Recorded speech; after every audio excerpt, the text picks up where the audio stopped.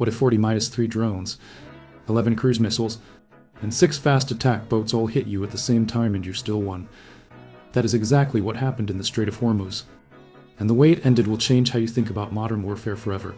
It is 5:40 in the morning. The USS Truxtun is moving through the Strait of Hormuz. Calm water. Low light. The bridge crew has nothing unusual on radar. To any outside observer, this is just another routine transit through one of the most strategically important waterways on Earth. 1-5th of the world's oil passes through this narrow channel. It is only about 20-1 miles wide at its widest point. Every major navy in the world watches it closely. And on this particular morning, someone is watching very closely indeed.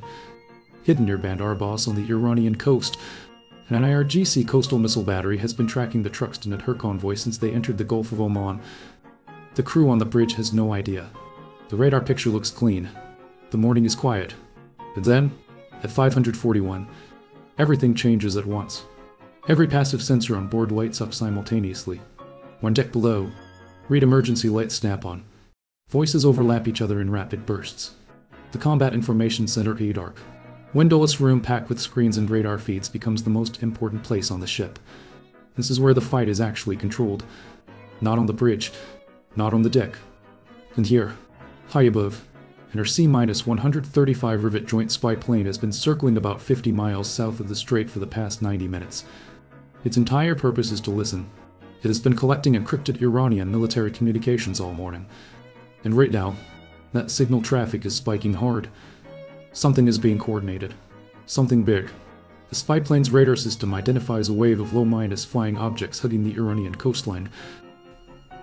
All of them closing fast. The tactical action officer, the lieutenant responsible for managing the entire fight from the center of the Combat Information Center, is already calling out targets. Priority 1. Priority 2. The USS Mason, operating nearby, has the exact same picture on her screens. Both ships link their Aegis combat systems through something called Cooperative Engagement Capability. 2 separate crews, but now functioning as a single unified fighting unit. Every track shared. Every weapon coordinated. The first SM-2 missile launches from Cell 17 in the Truxtun's forward vertical launch system. Then Cell 20-2 fires. Then the Mason opens up from her own launchers. 6 interceptors are in the air within 15 seconds. The Aegis system works fast, and it does not hesitate. At 40 kilometers out, 2 Iranian cruise missiles detonate in bright flashes above the water. From the bridge wing, crew members can see debris catching the morning light as it falls into the Gulf below.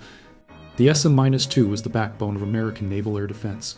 It travels at roughly Mach 3.5. It can engage targets nearly 90 miles away. Every Berg-class destroyer carries more of these than any other missile type. Think of the ship's entire missile magazine as a layered toolkit. The SM-2 is the most common tool, the one that fits most situations.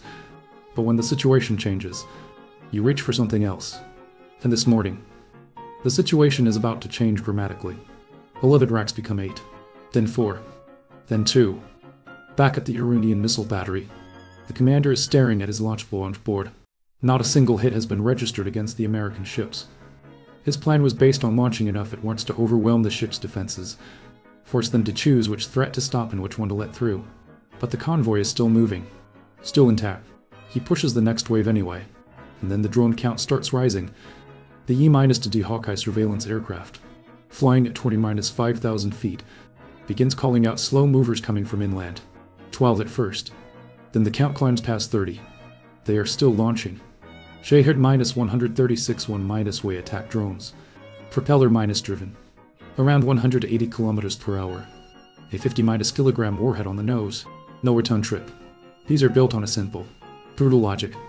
They're cheap, around $20 to $5,000 each. They have a range of over 2,000 kilometers, and they do not need a sophisticated guidance system.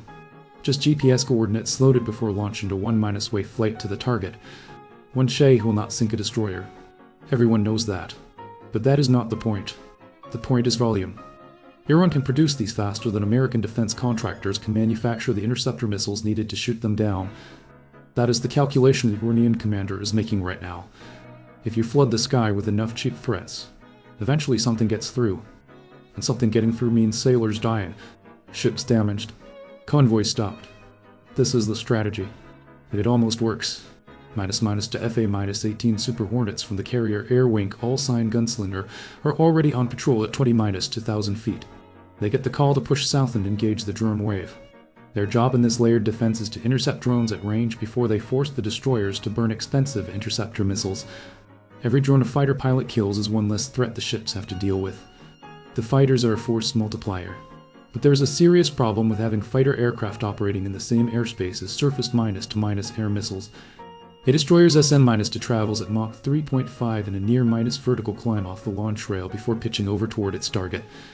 A fighter jet traveling at a few hundred knots into surface-air missile traveling at Mach 3.5 cannot occupy the same airspace at the same moment. It is physically impossible to do safely.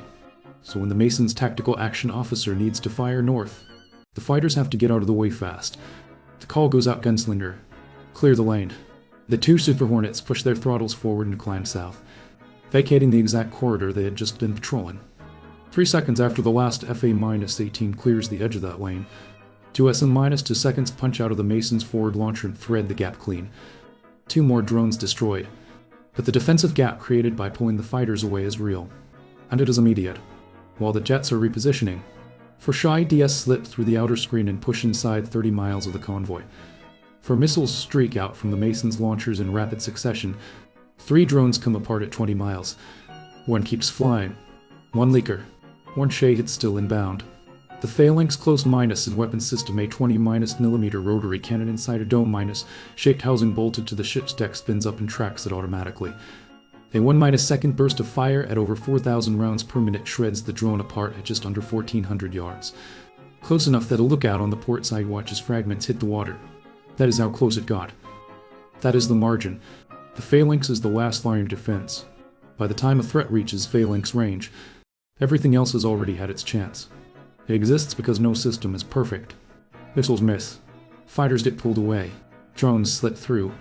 And when they do, a radar-controlled rotary cannon is the thing standing between a warhead and a hull. Back on the bridge of the Truxton, a new threat has appeared on the surface. 6 Iranian-fast attack craft, spotted at roughly 20,000 yards, closing at 50 knots. The captain now faces a genuine tactical dilemma. His radar system, the SBY-1 phased array, is mounted on 4 flat panels on the corners of the ship's superstructure. Each panel covers a different sector of sky. There are no rotating dishes. No gaps between sweeps. Just 4 fixed arrays watching every direction simultaneously. But if the ship turns, 1 panel faces away from a known threat direction. The strongest radar face points forward. Turning the ship changes which direction gets the best coverage. Turn toward the fast boats. And the northern missile lane goes partially blind. Stay focused on the cruise missile threat, and the boats get closer and checked. The captain chooses the missiles. A boat firing rockets is dangerous. A cruise missile scoring a direct hit is catastrophic. The fast attack craft close to within rocket range and fire 3 rockets. To miss. 1 lands 200 meters off the starboard quarter. The ship's 20-5-mm deck gun returns fire and forces the lead boat to maneuver away. It is a strange kind of battle. A small boat armed with a machine gun and a handful of rockets trying to hurt a ship that is simultaneously fighting off a wave of cruise missiles and dozens of drones.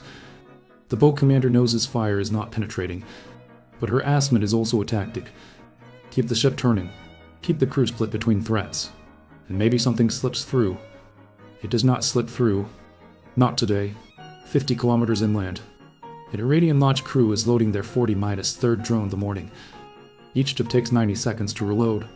The orders are to keep launching until the convoy breaks. The convoy is not breaking, but the orders stand. Now the aerial threat picture is shifting again. The drone wave is still trickling in 1 every minute and a half from scattered launch sites near the strait. The fighters have returned to standoff range and are picking off drones at distance. An AIM-9X seeking missile tiers 1 apart at 18 miles. To a IM-120 AM or AM is radar-guided. Fire and forget destroy another pair in quick succession. The fighters are hunting efficiently. The destroyers are holding their ammunition for threats that get past the outer layer. After 40-7 minutes of continuous combat, the Truxton's combat information center falls quiet. The threat picture clears. The fast attack boats have turned and drawn east toward Chesham Island at maximum speed, disappearing into the haze. At a forward command post, a watch officer tallies the numbers. Aeron watched 11 cruise missiles, 40-3 drones, and sent 6 fast attack boats. They spent somewhere around $10 million in equipment and ammunition. The 2 American destroyers? Completely intact. Transit completed. Convoy through. Not a single ship lost. Minus, but here is what the Iranian commander does not know as his boats race home. Their C-135 spy plane tracked their retreat the entire way. When the lead boat keyed its encrypted radio to coordinate a return to shore, the aircraft's antenna recaptured the burst transmission. By triangulating signal arrival times across multiple receivers on the aircraft's fuselage, the plane pinpointed the boat's location to within 200 meters. That coordinate was immediately shared across the military network. An MQ-9 Reaper drone was overhead within 20-6 minutes. It found 6 fast attack boats moored at a concrete pier on Shishim Island's southeastern coast. Crews were offloading spent rocket pods.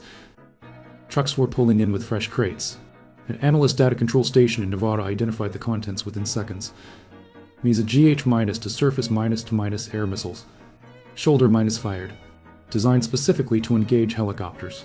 The boats were not just rearming with rockets. They were being upgraded for the next phase of the fight.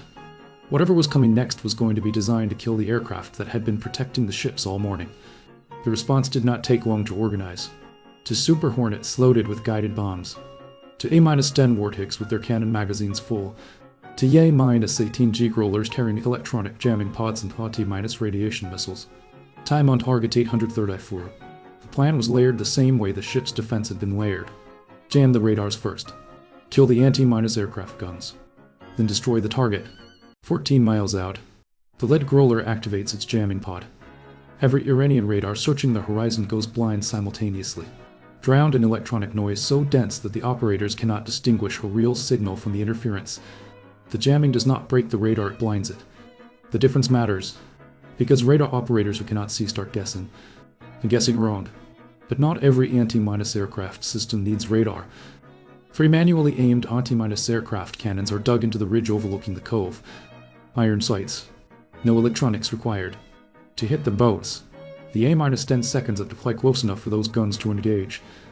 The lead A-10 rolls in at 280 knots. Nose down. Steady. The GA-8 Avenger rotary cannon 30-mm depleted uranium rounds at nearly 4,000 per minute destroys the first gun position in under 2 seconds. The second and third are eliminated before their crews can effectively respond. The ridge is clear. Then a mobile surface-to air missile system hidden in the cliffs activates its radar and locks onto an A-10. Half a second later, an AGM-88HA or M missile launched from the Growler the moment the radar turned on arrives at the target. The system's operator tries to shut down his radar when he sees the launch warning. Too late. The HAR memorized the radar's location before the shutdown command completed. It guided itself to the position using inertial navigation and detonated above the launcher. The radar dies with the crew. A follow-on bomb strike destroys the reload vehicle further down the road. For first jammer activation to last bomb detonation 30-1 minutes. The cove is now completely exposed. To a H-60 for Apache attack helicopters. Forward deployed to the UAE. Cross the coast 18 minutes after the fixed wing aircraft clear the area. An MH-60 or Seahawk helicopter holds offshore to cover any boats that try to run for open water. The Apaches drop to low altitude over the ridge. The radar system mounted above the Apache's rotor head, the longbow radar identifies all 6 fast attack boats in under 2 seconds, before the pilots can even pick them out on thermal imaging. The lead Apache fires an AGM-114 liters longbow Hellfire. The missile uses its own mm-wave radar to paint the target. The helicopter does not need to hold a laser on it. It fires and immediately breaks away behind the ridge.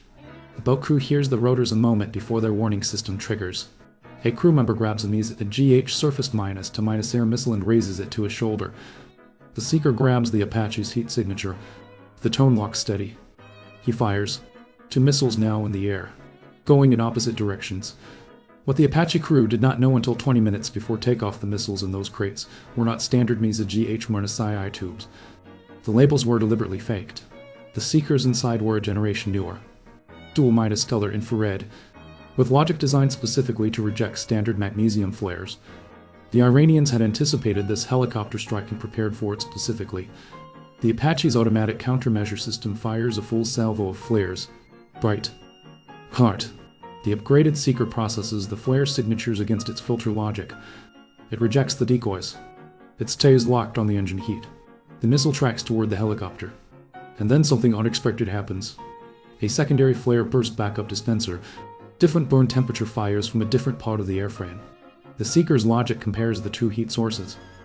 The secondary flare wins. The missile detonates 90 meters to the right of the helicopter. The crew feels the shockwave through the control pedals.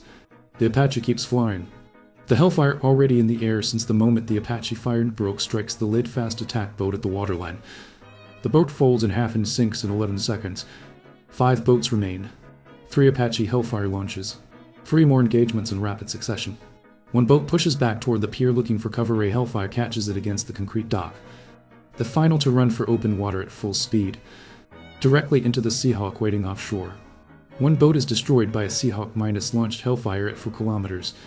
The other loses power to an Apache chain gun walking rounds across its engine compartment until it stops moving and begins to burn. 6 boats. 0 surviving. Both Apaches returned toward the UAE with flare residue streaked across their airframes. One had a missile fragment lodged at the stub wing. Close calls documented. Maintenance officer notified. Mission complete. To you. Yes. Minus flight merchant vessels pushed into the Strait of Hormuz 12 miles south of Bandar Abbas. The IRGC had announced the strait was closed.